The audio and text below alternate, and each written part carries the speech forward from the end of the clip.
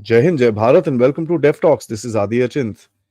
As promised, as the last finale show of this year, 2023, I have with me Mr. Tilak Devasher, who's going to help us understand one of my big doubts about Pakistan. Is Pakistan making a fatal mistake by actually creating an ethnic divide within its people? Although we all know that the Pakistanis with a stick pushed across Urdu and the Pakistaniyat, if I may. How far has that reached and what is the impact of it 75 years down the line? Let's try and understand. Sir, good afternoon. Namaskar. Welcome to the show. Firstly, best wishes for the next year to you and your family. I hope you can educate us the way you've been doing so about our very friendly neighbor on the West. Thank you so much, sir, for joining me. Thank you, Adi, for calling me again. I wish you also all the best for 2024, and it's great to be doing the last show, which for you has been a very eventful year of this year. I mean, you've picked up Yes. your membership, you've gained a lot of credibility and recognition. So it's nice to be Thank on the last show of 2023 with you to talk about our favorite country. you. Indeed, sir. Our favorite country is up to something again. That's something that we need to realize.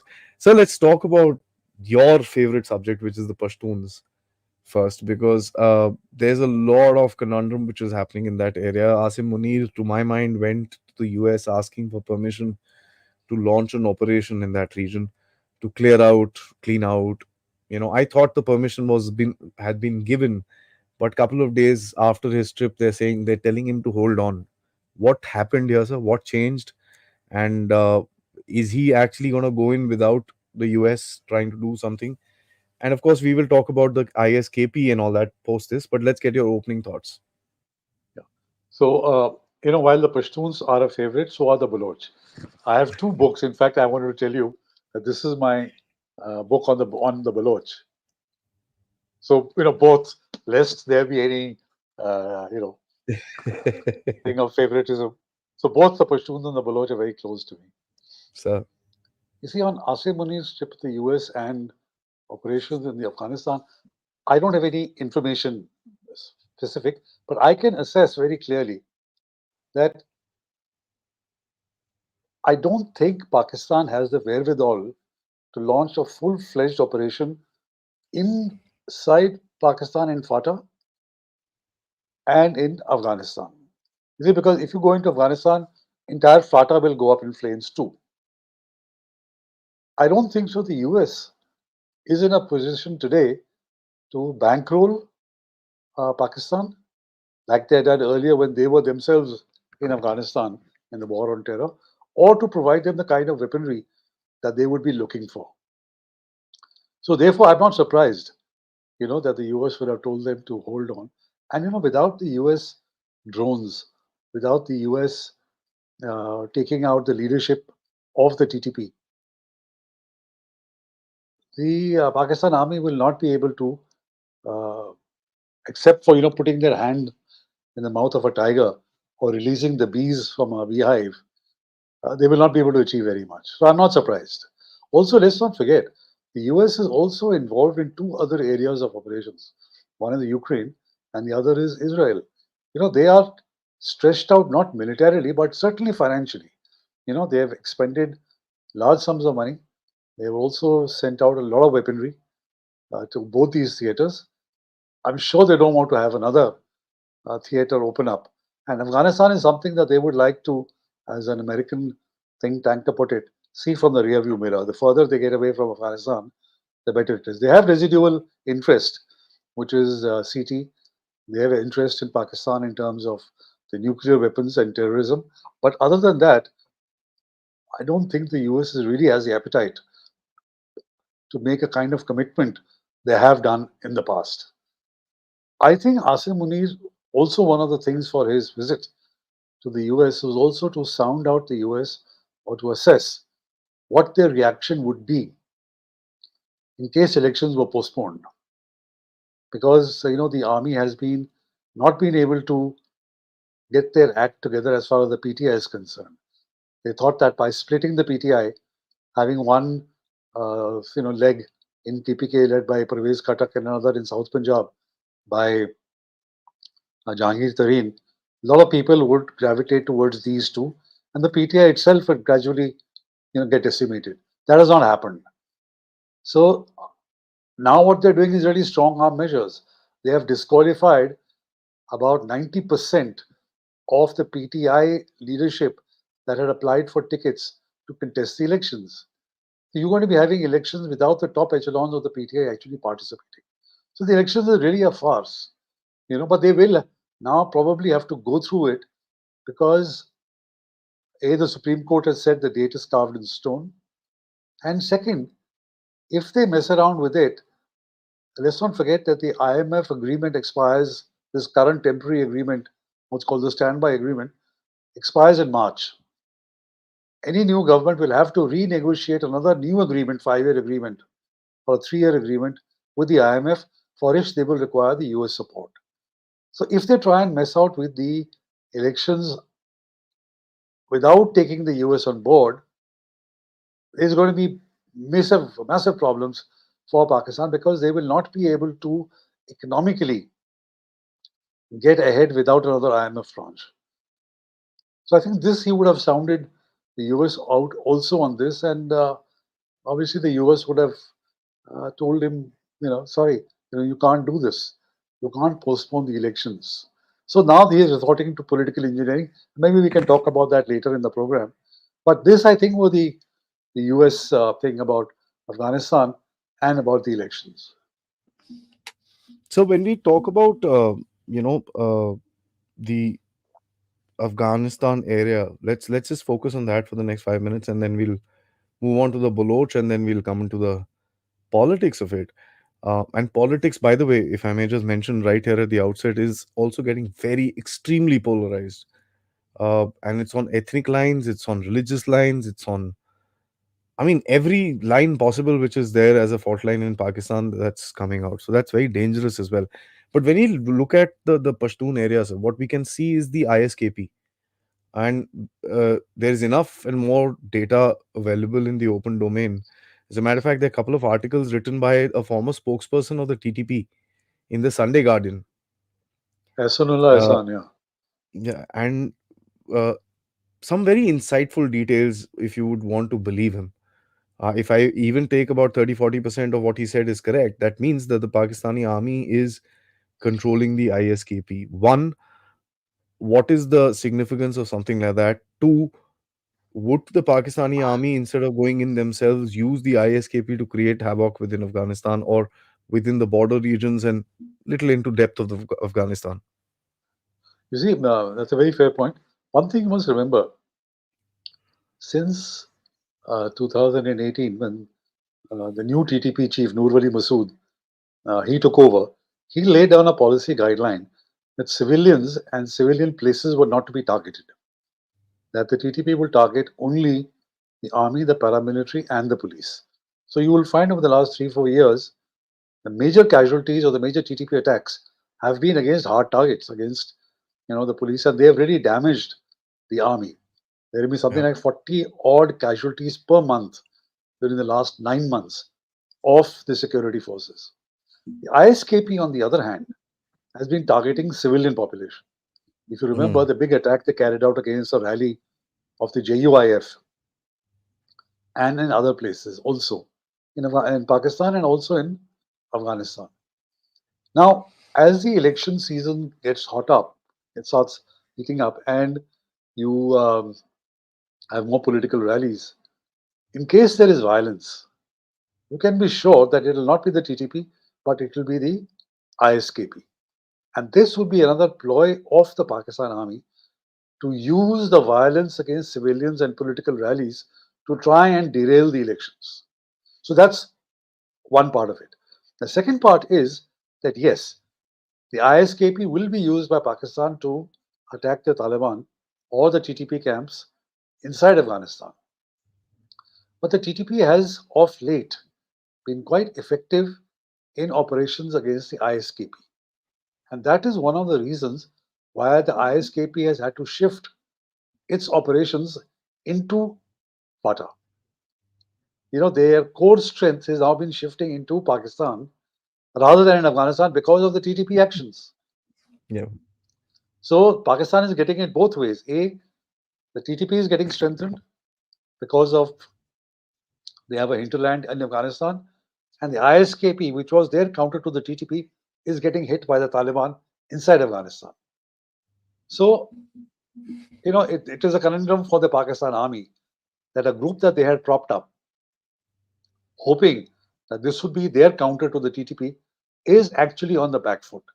And all that they can do now is to target civilians and to target Shiites, in mosque and prayers or in different congregations of the Shias. The kind of, are you looking at a sectarian sort of a issue, sir? Which we saw, I won't say as bad as Iraq, but in the early days when the sectarian violence started in Iraq, uh, 8, 9, 10 sort of a region. Uh, See, there, are you there looking was at a something peak. like that? Yeah, there was a peak of the sectarian violence in Pakistan a couple of years ago between the Anjuman Sipai Sahaba and its offshoot, the Lashkar-e-Jhangvi, and the Shia organization Sipai Mohammadi, Sipai Pakistan Mohammadi, or Sipai Mohammadi Pakistan, something like that, SMP, I think it was. But over a period of time, and because of attrition, and also because of Pakistan felt that this was now getting a bit out of hand, they targeted the two top leaders of the Lashkar-e-Jhangvi, Riaz Basra and Muhammad Ishaq. And the third leader, Amjad Faruqi, they put behind bars. Oh, But okay. but Amjad Faruqi was released a couple of months ago. Now I don't know what has happened to him, whether he has been staged in an encounter or he, because he was only from the Lashkar-e-Jhangvi, and many members of the Lashkar-e-Jhangvi have joined the ISKP, whether he too has gone to the ISKP to bolster their operations and carry out fresh attacks. So there is a certain possibility that at least the Shiites are going to get targeted uh, if the ISKP manages to gather steam, and if Amjad Faruqi and people that have joined the ISKP, then certainly they will be sectarian. But I don't see the kind of sectarian violence that took place in Pakistan about 7, 8, or even a decade ago. You recall a time when the Hazaras in Quetta were targeted almost on a weekly basis, Weekly. especially when the buses were going into Iran, into Qom, they would get targeted. So that kind of a thing hasn't happened for some time, but you can never say. You never know, sir. Let's come to the Baloch. We see Mahran Baloch coming out pretty hardcore, and a lot of the reservation with regards to the Baloch, and I still personally hold that reservation, is that the number of people are very less. It's a large area of land and this and that and stuff like that. And there was no leadership which could actually drive it. The leadership was age old, whoever was there, and they didn't have the value of tomorrow, if I may. They didn't know how to deal with the social media. They didn't know how to deal with the world media and stuff like that. Here is a girl which I think has that idea. Either she's been trained from somewhere or naturally learned, I'm not sure. But here is a girl who knows how to deal with the modern ways of kind of creating narratives. And so, two things here, sir. One, what's happening there? And two, why is the world quiet um, about this? Because if there are three people standing on a road with a flag in India, it'll come on New York Times. But this thing is just not being covered. Why? So, I want to put this thing in a little bit of perspective on the Baloch. Sir, please. You see, the Baloch have not accepted their forcible accession to Pakistan right since March 1948. In fact, even before that, and when this issue was being debated in the lower house, because the Khan of Kalat, when he declared independence, he set up two houses, a lower house, indirect elections, and the upper house, where the Sardars were there. So in the lower house, this issue was debated, and there was a fantastic speech made at that time by Gosbucks Bizinjo. I'll just quote from that speech, what he had to say. It's an amazing speech. He said, and I quote, We have a distinct civilization. We have a separate culture like that of Iran and Afghanistan. We are Muslims, but it is not necessary that by virtue of our being Muslims, we should lose our freedom and merge with others. If the mere fact that we are Muslims requires us to join Pakistan, then Afghanistan and Iran, both Muslim countries, should also amalgamate with Pakistan. We cannot humiliate the Baloch nation and amalgamate it with others. How can we sign the national death warrant of 15 million Baloch? That is inconceivable, that is impossible. We can survive without Pakistan. We can remain without Pakistan. We can prosper outside Pakistan. But the question is, what is Pakistan without us? If Wow. Pakistan wants to treat us as a sovereign people, we are ready to extend the hand of friendship and cooperation. If Pakistan does not agree to do so, flying in the face of democratic principles, such an attitude will be totally unacceptable to us. And if we are forced to accept this fate, then every Baloch son will sacrifice his life in defense of his national freedom. Unquote. Now, this is an amazing document. It's almost a charter of Baloch freedom.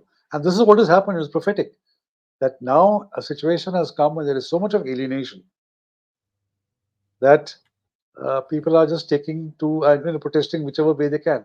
So the Baloch national movement is split into three. Well, split into two actually. One were the moderate nationalists who believed in the democratic system, who believed in elections, who felt that it would be possible to stop the exploitation of Balochistan through parliament and through negotiations. Then you have the militants who feel that that time is over, that you cannot trust Pakistan. Nothing will come out of the political path or discussions through parliament, whether in Islamabad or in Quetta, and the only way to is pick up the gun. Now, there is a third element which has come to the fore, which is the civil society. Now, the Baloch have been a very conservative society dominated by the tribal sardars. But over the Yes, sir. last 20 or 30 years, there has been a growing middle class of educated, non tribal Baloch, especially from the Makran coast. And a lot of them are also a sect called Zikris. Now, they have come to the fore. And what is most interesting about them is they are being led by women because they are protesting their missing fathers, brothers, and sons, and they are the only people left. So, unless and until they protest, they will never get their menfolk back. So, that is the interesting thing that now the civil society is coming into its fore, and wherever this march has gone, unlike the previous marches, there were marches in 2014, in 16, in 20, in 21. You have the famous Baloch human rights activist Mama Kadir.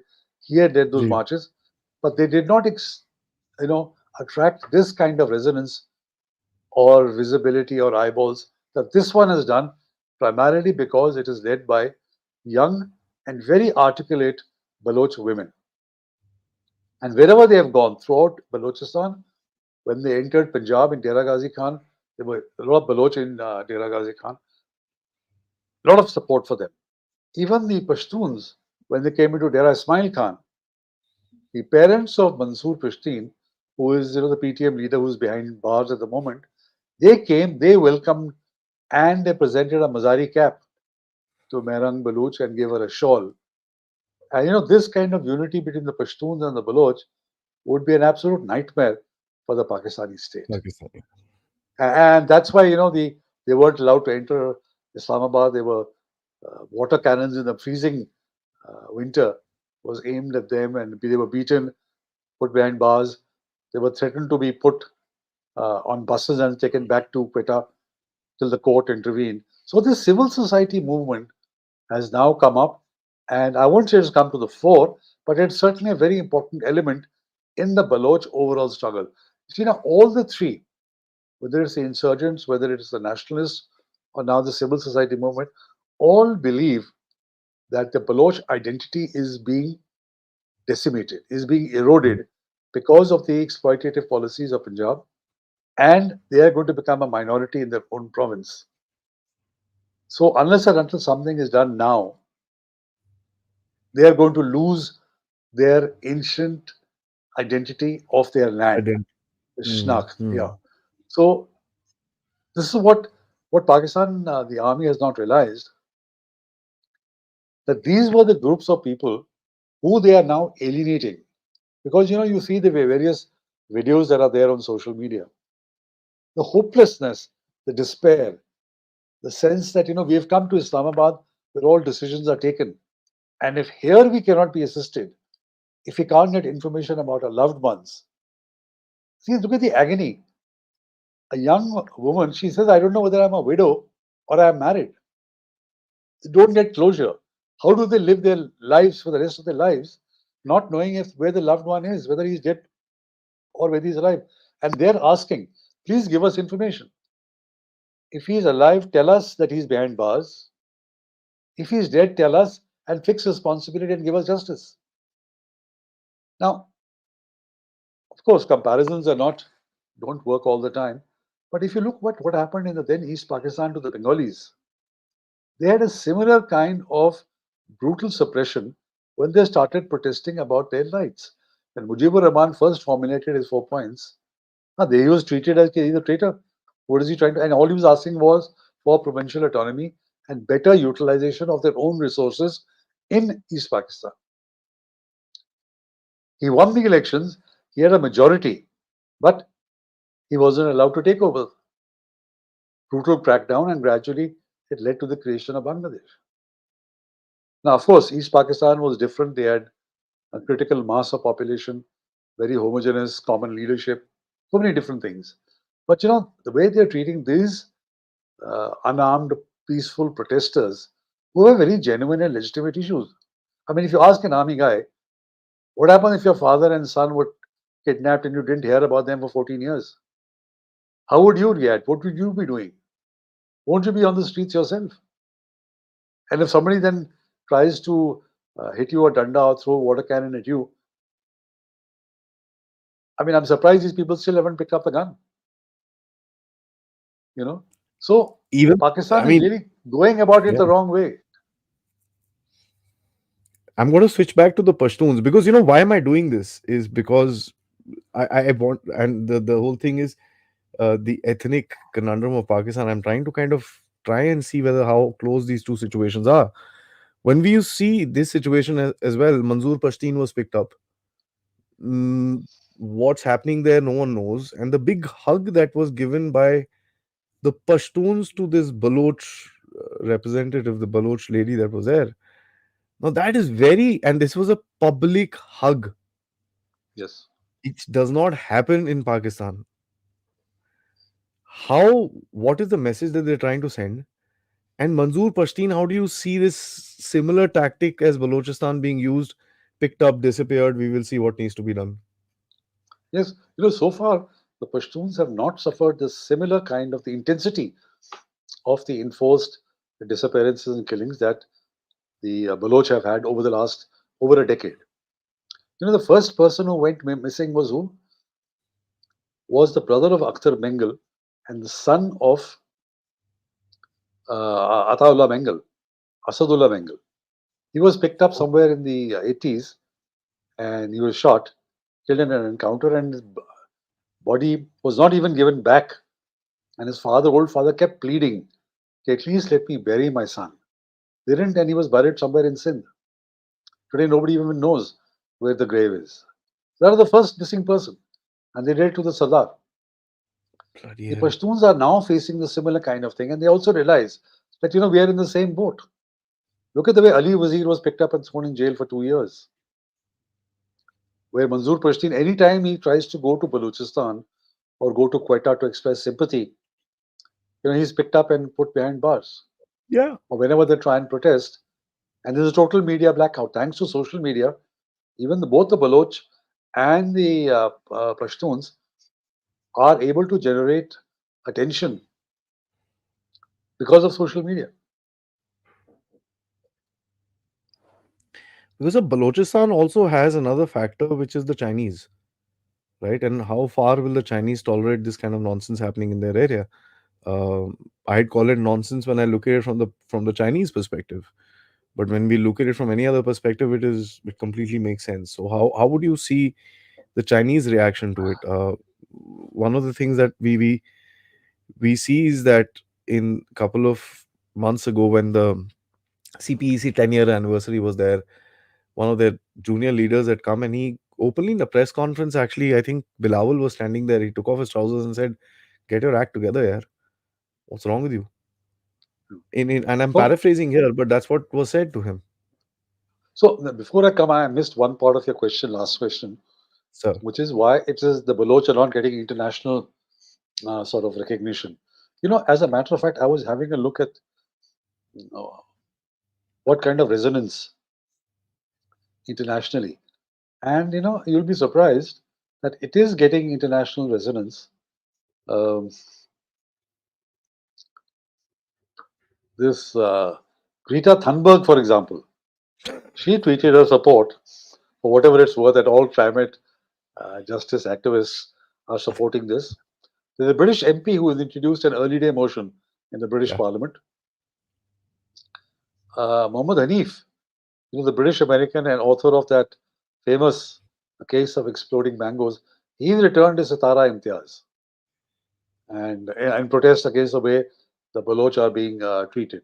Now, these are very few, and then of course you had the EU ambassador in Islamabad who warned that she was very concerned about the way the Baloch protesters were received in Islamabad and treated, and she said, "Don't forget that freedom of expression and assembly and speech is one of the cardinal principles on which the EU awards GSP plus, and Pakistan has just got GSP plus. So if Pakistan doesn't watch it, they could well withdraw the GSP plus, which again would mean a huge blow to Pakistani exports. So it is resonating, not to the extent it should have by now. And I think one of the reasons for this is that greater exposure and greater social media presence is required. And I think here is what people who sympathize with the Baloch and realize need to step up, come forward, and just have to amplify whatever the Baloch are saying. That will Mm. then resonate in different places. Now, coming back to this question on China, China is certainly worried, and one of the reasons for the strong action that the Pakistan Army has been taking the last 10 years is because of the Chinese. Because the Chinese are saying, look, we are going to invest at that time $62 billion, now about 24 billion, which have actually come in, and especially in Gwadar, that if you're going to be putting our money, you had better make sure that this does not get derailed because of your local protests. I mean, they must be quite surprised that how is it that you consider yourself the top army and top intelligence agency in the world, and why can't you get your act together and act against these Baloch? So one of the reasons why this, uh, this kind of harsh measures against the Baloch is being taken is because of the Chinese. And the Baloch know it. And they know that because of the Chinese presence, A, they are going to be converted into a minority, and B, the measures that are being taken against them are because of Chinese pressure. You also have a very interesting sort of a conundrum there. You mentioned the Chinese pressure and this and that. There is, of course, the factor that the IMF needs to give them money, as you mentioned. How does that happen when you have, I mean, crackers exploding all over your country? True. But that they can explain. You see, for the Pakistan army to act against somebody who picks up the gun is far easier because that's what they use, that's their template. They Gee. find it very difficult to tackle a civil protest, especially one which is being led by women. It's not part of the template because, as the saying goes, if all you have is a hammer, everything looks like a nail. You want to hammer Mm. everybody. So the IMF will be looking more at what they do to civilian peaceful protesters than if it is a civil war or if it's an insurgency-like situation, they can say we're going after terrorists and there's nothing that you can do or say, and the IMF will not, uh, you know, look at that too adversely. But civil protests, freedom of speech and expression, freedom of assembly, that is something the IMF will be looking at very closely. Hmm. And I mean, the even the keywords as recent far as World the Bank, US. yeah, even the World Bank report which came out 3 days ago talked about consistent governance, and all this becomes part of that. That if you can't handle a civil protest and the way you're going about doing your elections, it's not a very comfortable thing for multilateral agencies. True. And that's like the keyword as far as this area is concerned. What you just mentioned, it's when you talk about Balochistan or Pashtunistan, if you would like to call it. These are the keywords that you see. So let's come to the point where we know the TTP and the BLA have aligned together, and TTP is teaching the BLA tactics that it's been using, suicide tactics, and we've seen them being enacted on the ground by a lady, as a matter of fact, who hit that bus, I think, in Karachi. Yeah, it was the bus, correct, of those Chinese professors and stuff like that. There was another attack which seems to have gotten covered up because there was a report of a blast that happened somewhere in southern Balochistan, and it seems some Chinese engineers were involved, and the news just went off air. So could be. Now the point is, the Pashtuns, do they have the kind of issues with the Chinese as the Baloch have, to kind of merge together and take on the Pak Sino Pak sort of a uh, the structure which is there within Pakistan? Do you see that going forward? Because if there is one ethnicity that is saying, yeah, we are fighting, the other guy is also there, and with Balochistan they also get a lot of depth. Even the Pashtuns get a lot of depth, right? They get depth. They get some covert support from Afghanistan. They get some covert support from Iran. They get the depth of Balochistan itself. How do you see this situation going forward? No, the TTP has been anti-Chinese. If you remember that attack on the bus near the Amar Basha Dam, Yeah. where a lot of Chinese engineers were killed and Chinese stopped working. You see, also the thing for the TTP is one of the things they protested is the treatment of Uyghurs by the Chinese. And that is a red flag as far as the TTP is concerned. That, if well, Pakistan has been keeping quiet about it, but a group like the TTP, which is talking about Sharia and uh, issues like that, that's a big no no. And they know that anytime they hit the Chinese, it damages the Pakistan army. It damages the credibility of the Pakistan army. Gee. So they will certainly act together with the Baloch and to damage and target the Chinese wherever they can. Targets of opportunity. And here their thing about civilians will not hold true. They will target Chinese civilians. Would you care to kind of speculate into a possible alliance, military sort of an alliance, or a quasi military alliance between the two ethnicities? I don't think so. You see, because their ideologies are so different, they're diametrically opposed. The Baloch are a secular group who are fighting for their homeland based on very serious grievances that they have. It's a separatist Mm. organization. They want to take Balochistan out of the Pakistan Federation. The TTP is a religious group, you know, and who want to create their own area within Pakistan, which is the TTP, which is the erstwhile FATA region, and then gradually spend and expand Sharia. So the ideologies are diametrically opposed.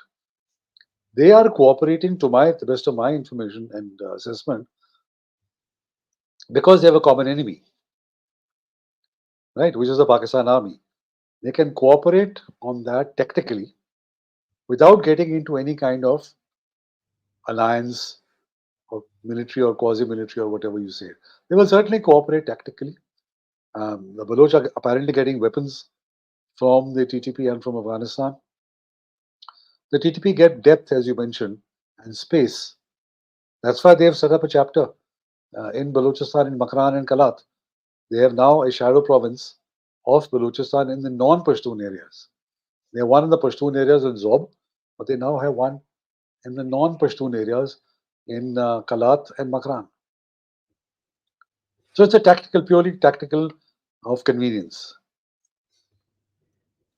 But one good Okay. thing between the Pashtun and the Baloch, which the army has for long tried to disrupt, they're both sitting in their own territory. They're Hmm. both ancient people, but they don't encroach on each other's territory. Quetta, for example, has always been a Pashtun city. The Baloch stay in Quetta, but they never claimed it as their own. Similarly, the TTP will not claim areas south of Quetta as their own because they know it is a Baloch area. And among the tribal structure anywhere, territory is a very important factor. Very important thing. Yeah, they will guard their territory very jealously, or they will not eye any other territory. That's interesting. So, how do you see a situation where they say, okay, fair enough. I'm going to build on what you just said that they won't tactically, they would tactically kind of this thing, but on a strategic level, they have two different goals. They have two different this thing. We have a comment from somebody from Balochistan who says Balochistan nation wants freedom and Pashtuns want justice. So Pilak, I'm not sure how I pronounce the first name. I wonder if you would be able to help me with that, sir. But I can get I've never heard what. this. I've never heard this Baloch name. Could be a pseudonym. So I'm not sure, but what he said makes a lot of sense. No, as I said, the Baloch are fighting for separation. They're also fighting for Yeah. justice. They're fighting Now, for when justice we for their share, the resources, the exploitation of their economic assets, and so on. They're also fighting for justice. The so Pashtuns, I think, I mean, if you talk about Pashtuns as a whole, yes, they are also fighting for justice for dealing with their own resources from Punjab, whether it is water, whether it is tobacco, and so many things. But when you ask specifically for the TTP, they're looking for a separation. They're also looking for having their own system of governance in the erstwhile FATA. They want Sharia courts in Malakand. So it's almost similar, except where the Baloch want to break away from Pakistan. The TTP is looking to have their own system and gradually expand outwards. And for the Pashtun, remember, they all consider that up to Atak is Pashtun territory. Pashtunistan, the territories of Ahmed Shah Durrani, is from, you know, right up to Atak. so when we see a situation where the Pakistani army evidently is weak, right? We were talking offline as well. There are challenges. There are internal fissures. The drugs have gone down from Afghanistan, so it's kind of difficult to get your funding going and stuff like that. So there are some issues right there. Are these two kind of coordinating with each other to create separate fronts for the Pakistani army to kind of stretch them further? Because one thing that we've seen is there's been no coordination with regards to their protest or their activities erstwhile. Is that something that you're seeing? Because I'm trying to see whether these two groups would come together to kind of have a similar fight with the Pakistani army because the enemy is common. So would they I, be I think coordinating? I think it is premature at the moment because Hmm. the Baloch Long March or the civil protests have just started and come to the fore now. The PTM Sure. has been there for the last 4 or 5 years. They're far more organized. They have a greater, uh, resonance and recognition, brand image, if you could call it, and also in amongst the diaspora. The civil society in Balochistan is still in the infancy. Maybe they will learn from the PTM, and PTM would also give them a leg up. But I think what you're talking about, a coordinated kind of protests, are still away in the future. I mean, for example, Ali Vizir went and visited the camp at the National Press Club. Other Pashtuns have also done so. And I mentioned Mansoor Pakhstun's parents came and welcomed Mahran Baloch, Mahran Baloch, sorry. So, these kind of individual, but a coordinated common protest, I think is still in the future. Uh, It's such a tough situation to kind of even try and see which direction this whole game is going. So now that the Americans have told the Pakistanis to kind of stay off, um, what will the Pakistanis do? Keep taking this beating? You see, the options for the Pakistan Army are very limited. The room to maneuver is limited. The security situation we have talked about, you know, the attacks of the TTP and the attacks of the Baloch. The Baloch civil rights movement is also gathering steam. Politically, they find that they have not been able to browbeat Imran Khan and the PTM to the manner in which they would have They want wanted to. to. Yeah, True. that has not happened. And economically, this whole SIFC which was set up, this something facilitation council, special investment facilitation council, where they said they will get $100 billion of investment. None of that has happened. In fact, this World Bank report, if I can just read out a couple of paragraphs, but that is very interesting to show what is happening. You see, the World Bank report, which was read by the country director, says that Pakistan's current economic model is not working since it has fallen behind its peers. Significant progress in poverty reduction has now started to reverse, and the benefits of growth have accrued to a narrow elite. It's time for Pakistan to come together in the interests of a brighter and more prosperous and more sustainable future. The issues it has identified are way beyond the capacity and capability of the Pakistan Army to handle. They say fiscal management must be drastically improved, debt servicing costs and domestic revenue mobilization must take place, adequate resources must be invested in human development and infrastructure. So, where is the Pakistan Army going to do all this? Hmm. SIFC is not going to work.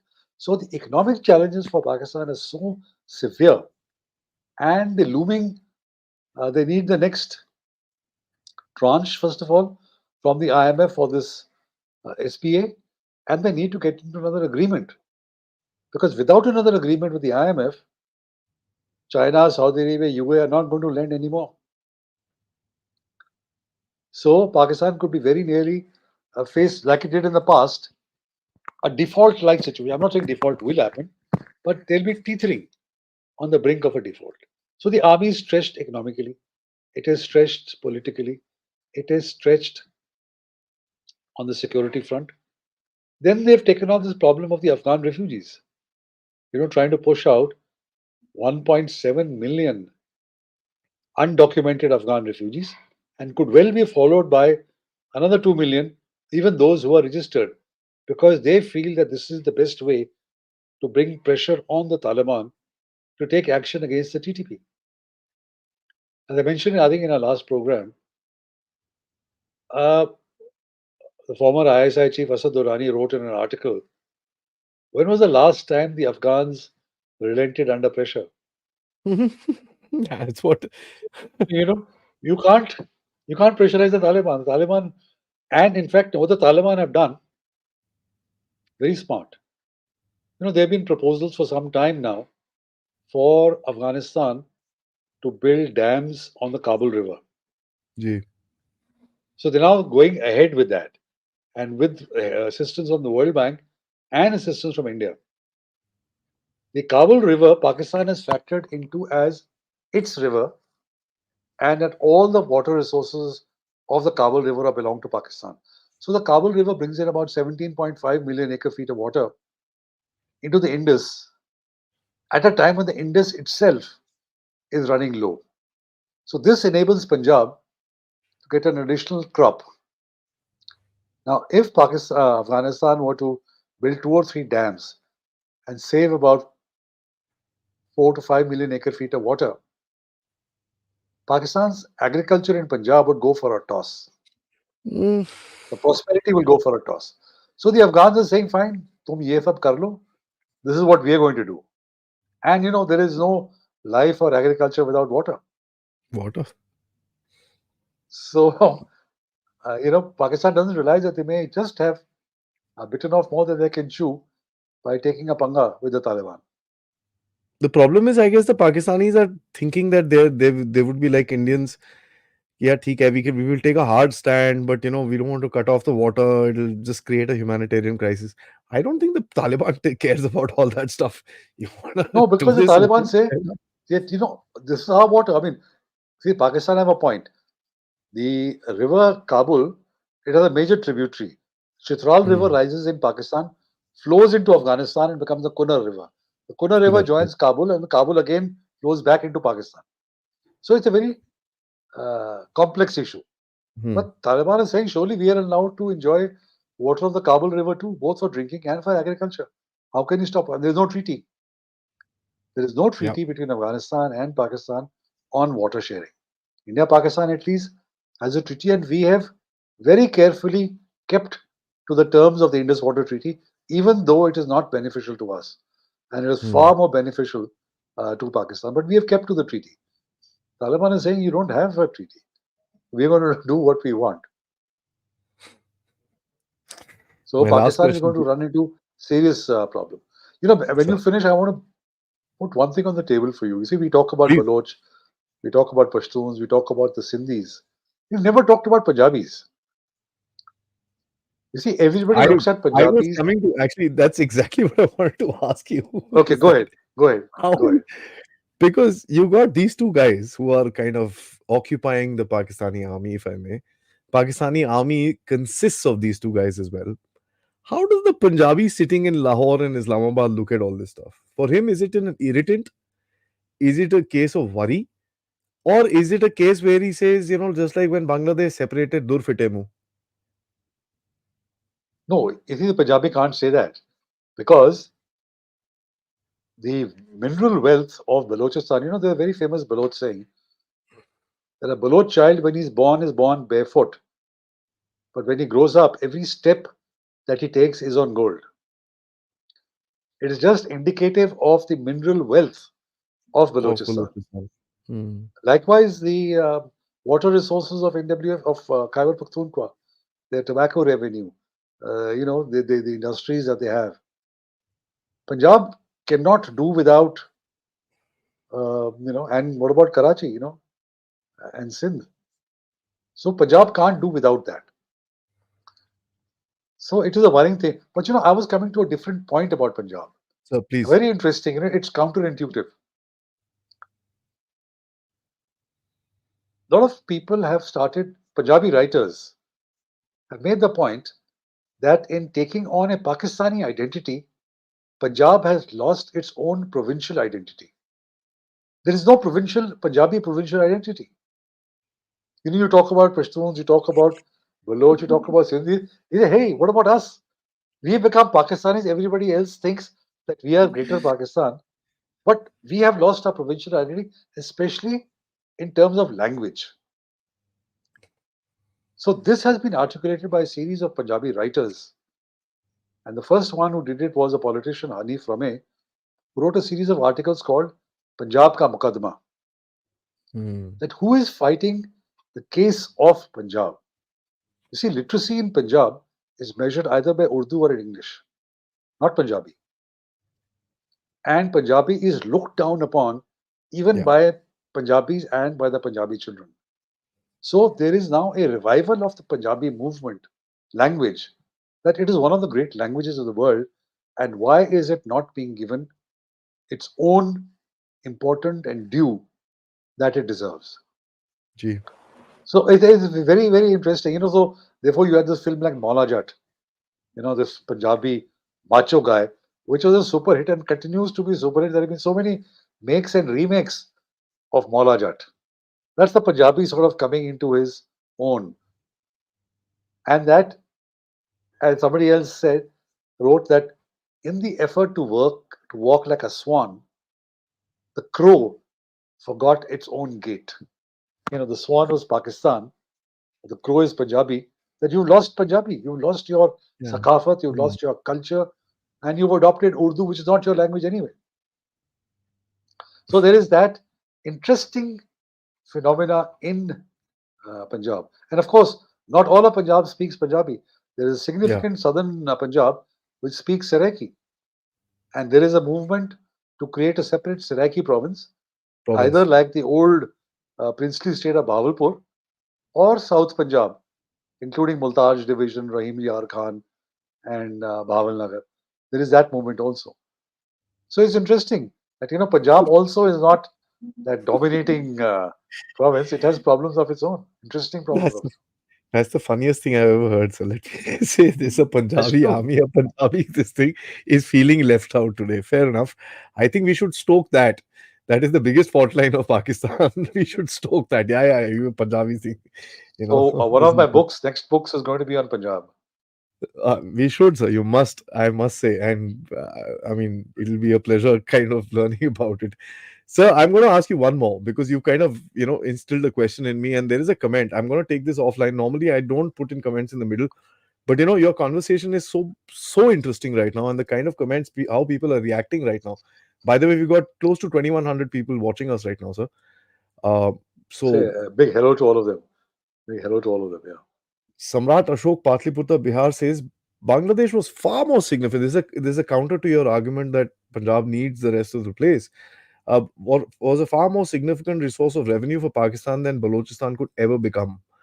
Uh, this is one part, and my addition, little masala on top, is that with diminishing resources within Pakistan and diminishing monetary value of Pakistan, of the rupee and this and that, how long will the average street Joe in Pakistan take this nonsense? You see, Or you're is right it a about resilient Bangladesh. society? No, you're the person is very right about Bangladesh. Bangladesh is very rich and the exploitation, but it was the exploitation of by Punjab. All the revenue of jute, for example, was not invested. Sorry, was not invested in Bangladesh. That's why Bangladesh broke away. Gee. Balochistan may not be that rich in terms of agricultural crops, but in terms of minerals, what do you think the Chinese and the Argentinian company which is over there? They have more. They have Baloch have forcibly prevented the exploitation of their oil resources.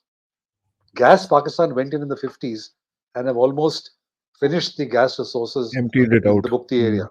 In the Bukti Yep. area, but they have Yep. prevented forcibly the oil resources in the Murray area. When they are prospected and opened up, you never know how much oil is actually over there. So Punjab knows that. Pakistan knows that, and therefore it will continue to exploit. It has not learned anything from the happenings in Bangladesh and East Pakistan. It continues to exploit. Even within Punjab, we will compare Multan and Lahore. Multan is a far more an older city than Lahore. I think Lahore gets 10 to 15 times more investment than does Multan. People in Multan say, "Oh, hey, how come? Why are we not getting the kind of infrastructure development that Lahore does?"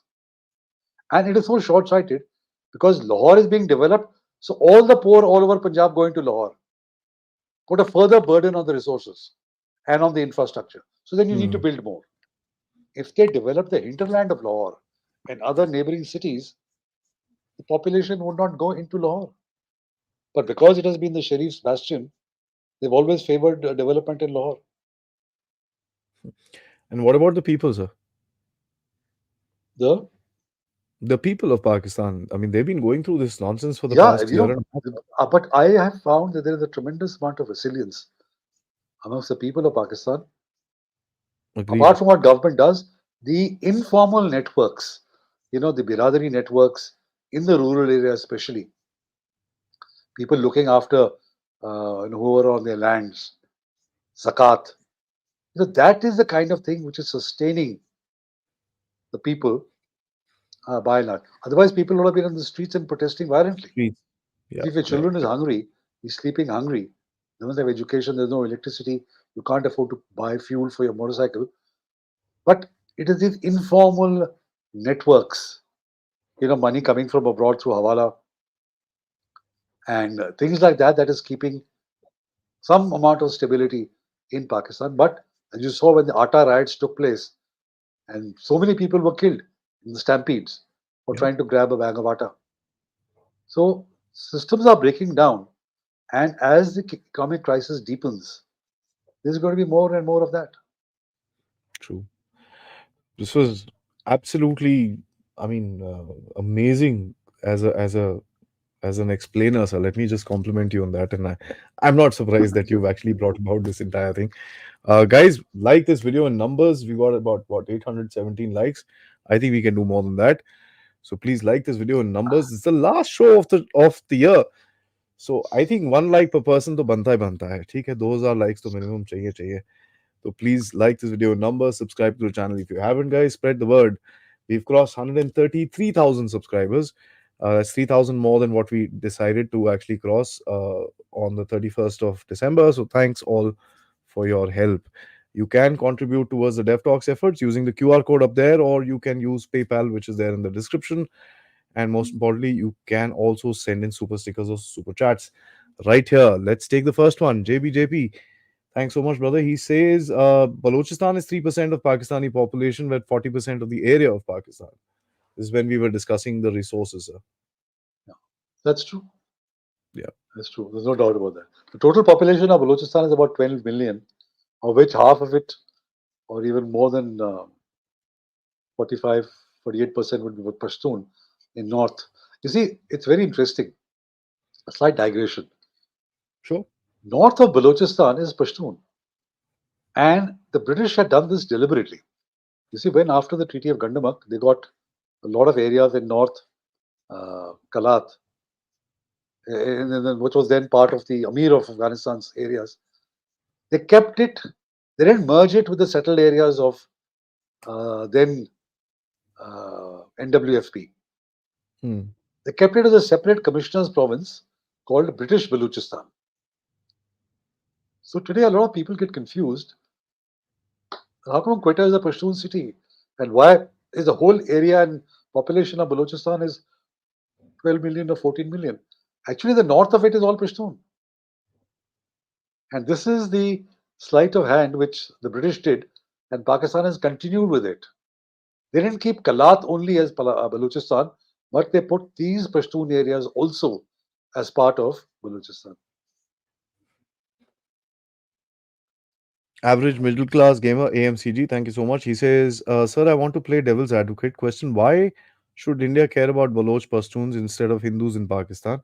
So this is a genuine query. Just wanted to know pros and cons. Also, shouldn't we raise our voice for Uyghurs in the same way? Interesting. So it's neither. It's not a question of either or. You know, certainly. See, with the Pashtuns, let's not forget India has had historical links going back to Mahabharat. Gandhari, Mahabharat. for example, or Shakuni were from Gandhar, which incidentally is Peshawar and not Kandahar. A lot of people Yeah. think that Gandhar is Kandahar, it's actually Peshawar.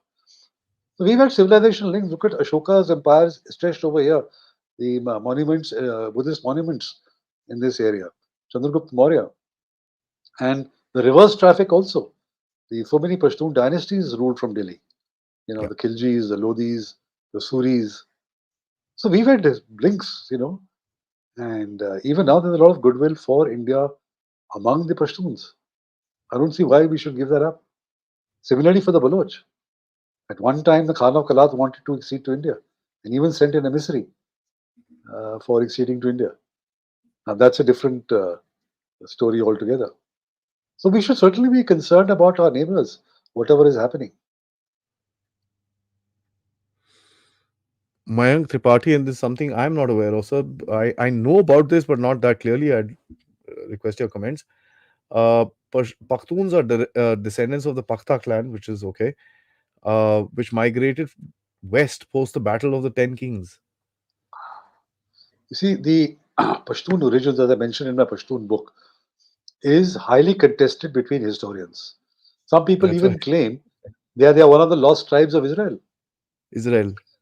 Yeah, there's a lot of, and not rather moving west, the tribe came east. Yeah. So these are historical debates which the historians will never agree on, and it's good fodder to keep the historians busy.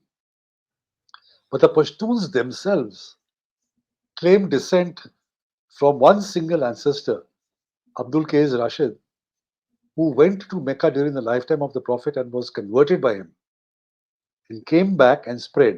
And they all trace their origins from the four sons, three biological and one adopted son of Qais Abdul Rashid. That is what they believe. All of them agree to that.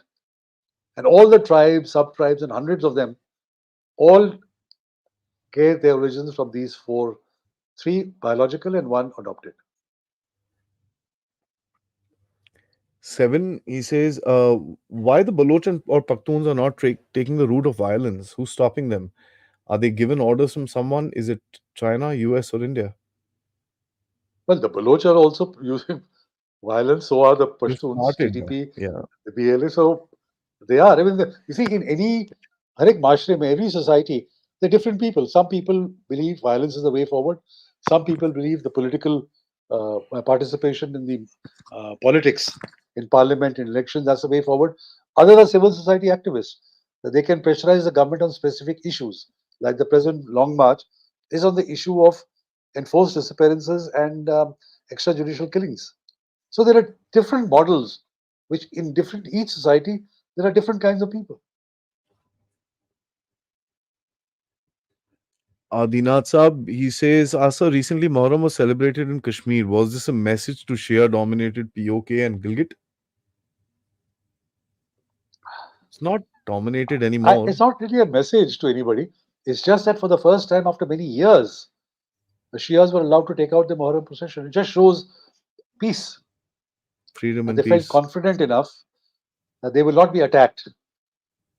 So it is not a message to anybody else. But yes, people in Gilgit, not so much in POK, people in Gilgit, where there are a large number of Shias and Yeah. Ismailis, they would have seen it and noticed and said, "Wow, इतनी देर के बाद हमारे जो the Shias in Kashmir are able to take out a procession."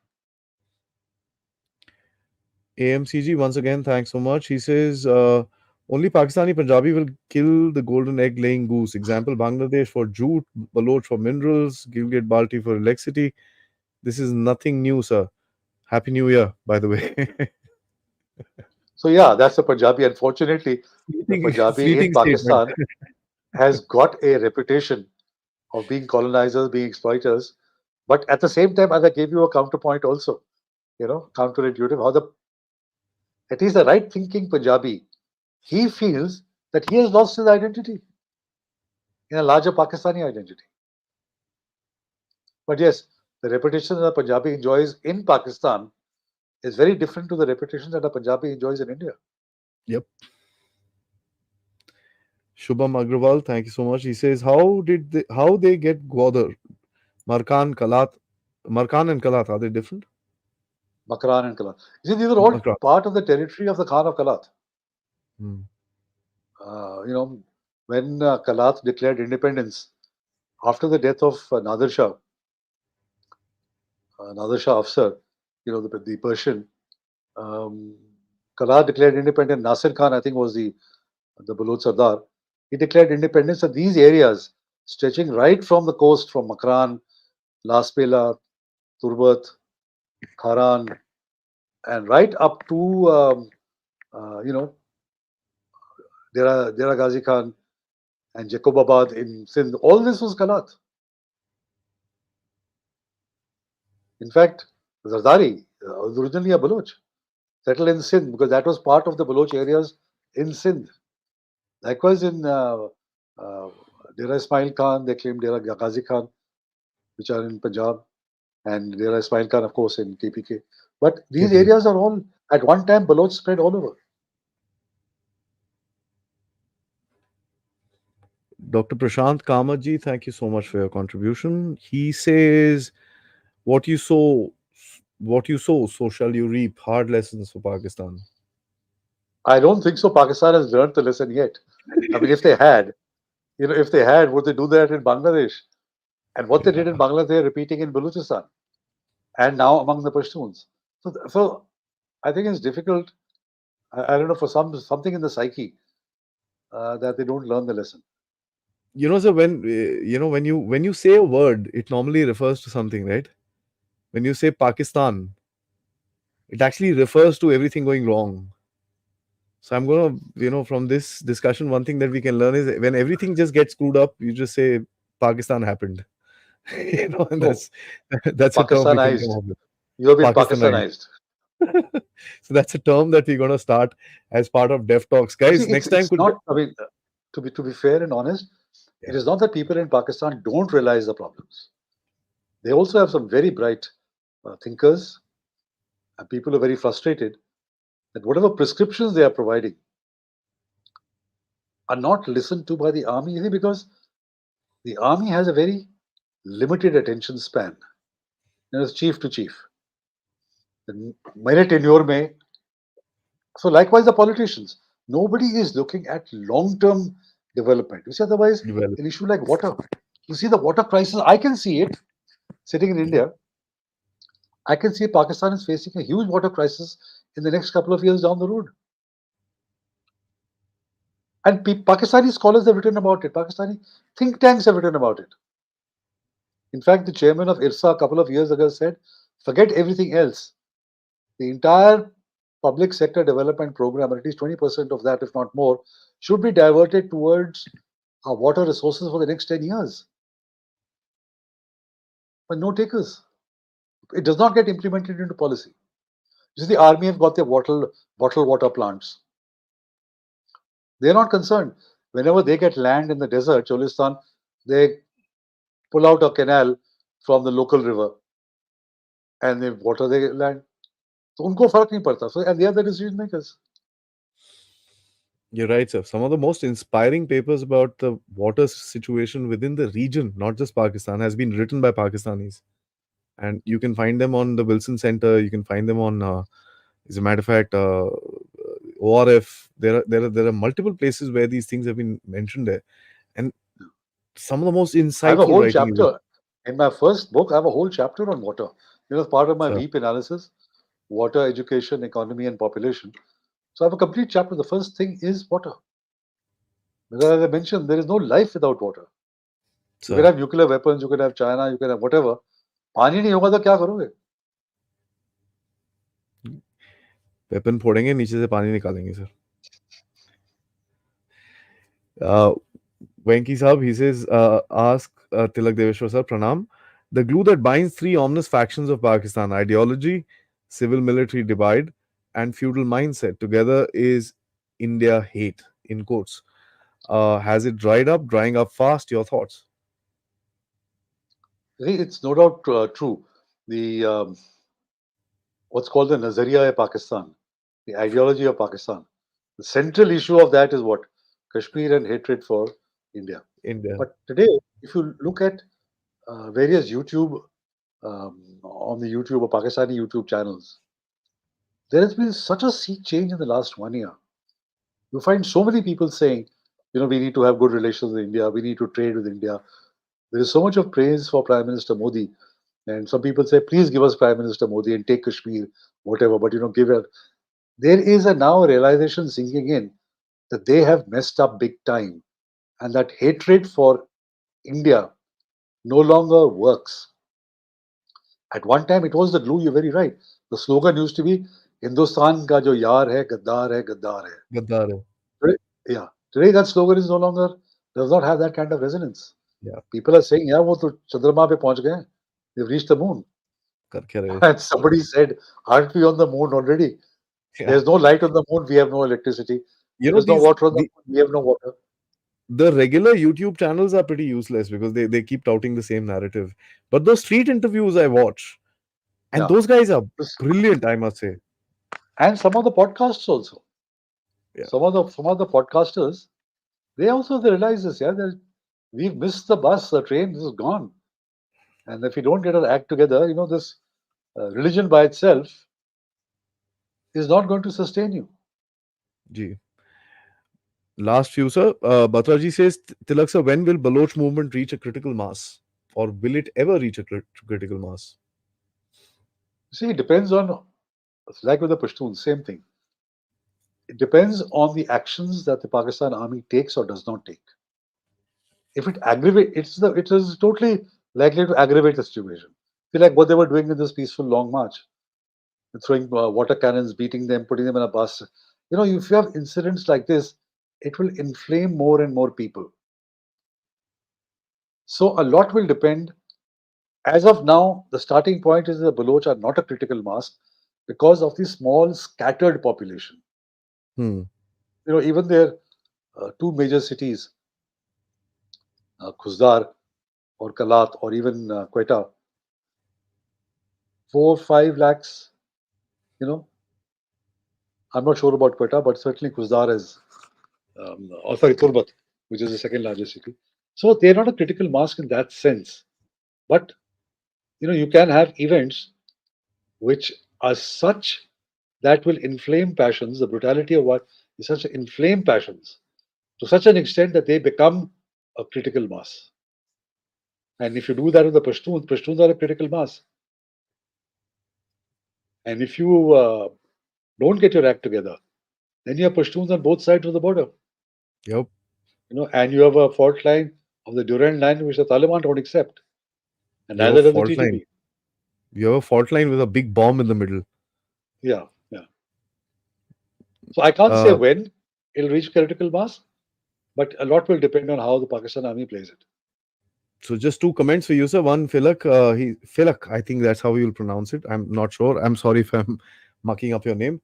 Baloch. He says everyone should read Tilak Saab's book on Balochistan, Thank you so much. and he Thank you comes so from much. Balochistan. He's actually written, "I am joining you from Balochistan." So, Okay, great. Lovely. and here is my friend from Afghanistan who says, Tilak Devasher sir, greetings, sir. Huge respect for your non-biased writing. You're the only author who's tried to tell our side of the story. As an Afghan, I thank you from the bottom of my heart. Oh, that is so nice to hear. Thank you so much. I'm really touched, that by your very kind words. That has been my effort. I don't write to chest thump, but to explain, and especially to Indian audiences, where the situation, where those people are coming from. And also, if I get a feedback like this from an Afghan or from a Baloch, it just makes all my effort worthwhile. I'll see how the Punjabis will react to my book on Punjab. That should be I'm sure interesting. I'm sure Filak and Nargis will be able to help us and understand that.